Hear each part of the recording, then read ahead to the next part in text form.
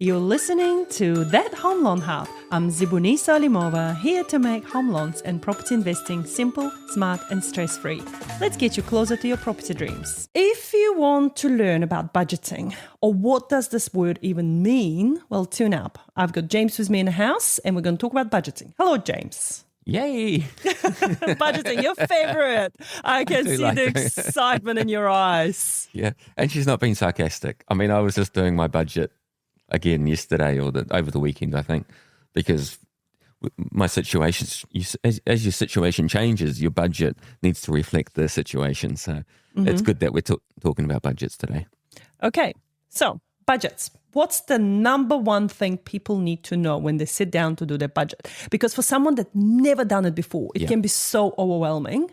It can be a point of, oh my God, what am I doing with this? Where do I even start? Too hard, walking away. Well, I think the first thing is just at the start, keep it nice, keep it really simple. So it's probably a bit tricky to start off straight away with a budget. I think you've probably got to have a look at what you've been spent, look at your accounts and what you've been spending your money on over the last, say, 3 months and get a bit of an idea for what your costs are. I don't know if that sounds like fun to people, but so it would be looking at your bank statements over the last 2 or 3 months and sort of get an average for the month on, say, what you're spending on food. Can I intervene? Of course. If I was an absolute beginner in budgeting, what I would start with is your absolute fixed cost. Yep. So what can you not change? Yep.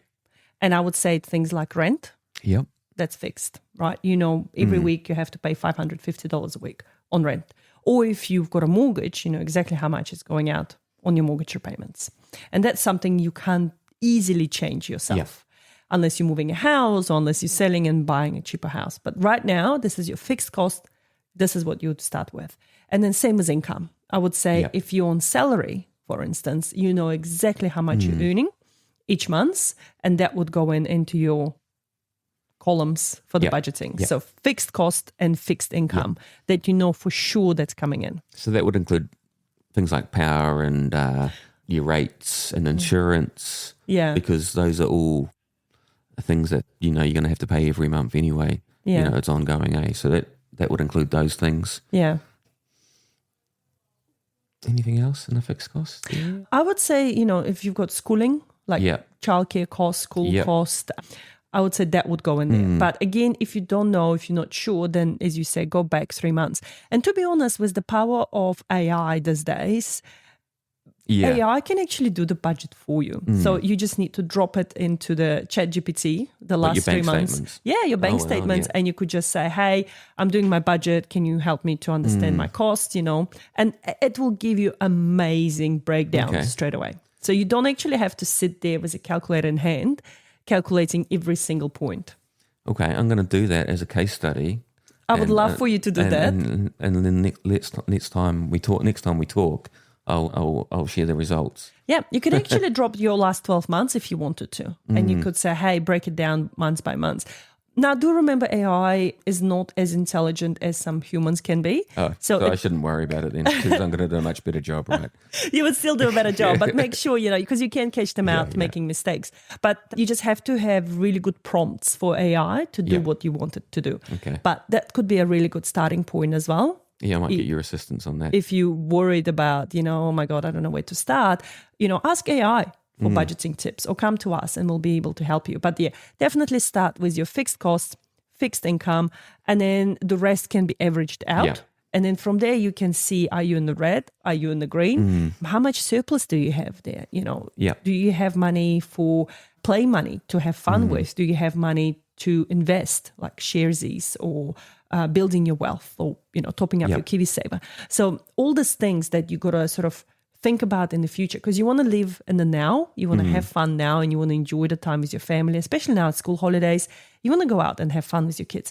But at the same time, you've got to think about when you retire, are you going to have fun when you retire? You got to get the balance right, eh?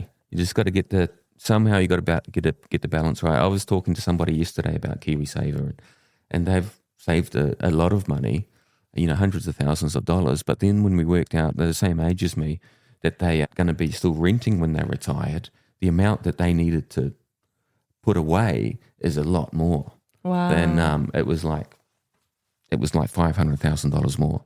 Wow. If you consider these are just random numbers. Yeah. But it blew my mind. If you're going to be renting over when you're retired, you need a lot more money. Yeah, and you're not really building towards your net worth if you're renting, right? No. If you guys missed our episode on net worth, go back and listen to one, because this is where we dive into how having assets increases your net worth. So if you're renting, then you've got no asset to show for, and it's just money that's going out to someone else's mortgage. And the rent's about the same as what the mortgage is at the moment for a lot of people.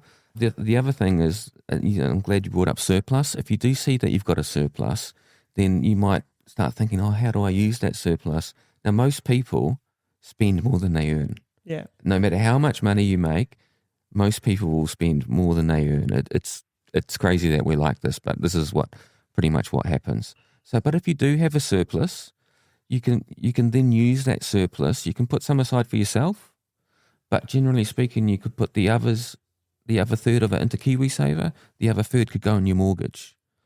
So if you're making sure that any extra money you've got coming in terms of your budget surplus, that has actually been used effectively rather than just upping your spending on nice to haves. So that would really pay off for you over the long term. Yeah, exactly. So I think step number 1, see if you can do it yourself. If you can't, reach out to us. Yep. Use ChatGPT. But again, remember, ChatGPT is probably not going to do it as easily. It does give you some easiness in it, but at the same time, it does make some errors. Reach out to us. Would love to help you. And then, as you said, the third step is to find out if you do have that surplus, what do you do with that surplus? Yep. But if you have a big shortfall, what do you need to do there as well? Yeah. Yep. Exactly. Yeah, and there are lots of different budgeting sheets out there that you can just download online and play with it. But keep it simple first. Yeah. I would say start very, very simple, very basic, and then build yourself from there. Yeah, and if you don't put too much discipline on yourself when you do the budget. Don't make it too hard. Like, don't say, oh, I'm only going to spend $1,000 on groceries this month when you're a 5-person family.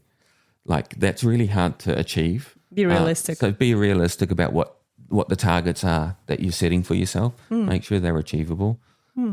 Awesome. Cool bananas. Thank you, James, so much. And for those that are listening in, and if you've got any topics for us to cover, please let us know. Would love to help you to achieve your financial goals in 2026. Cool.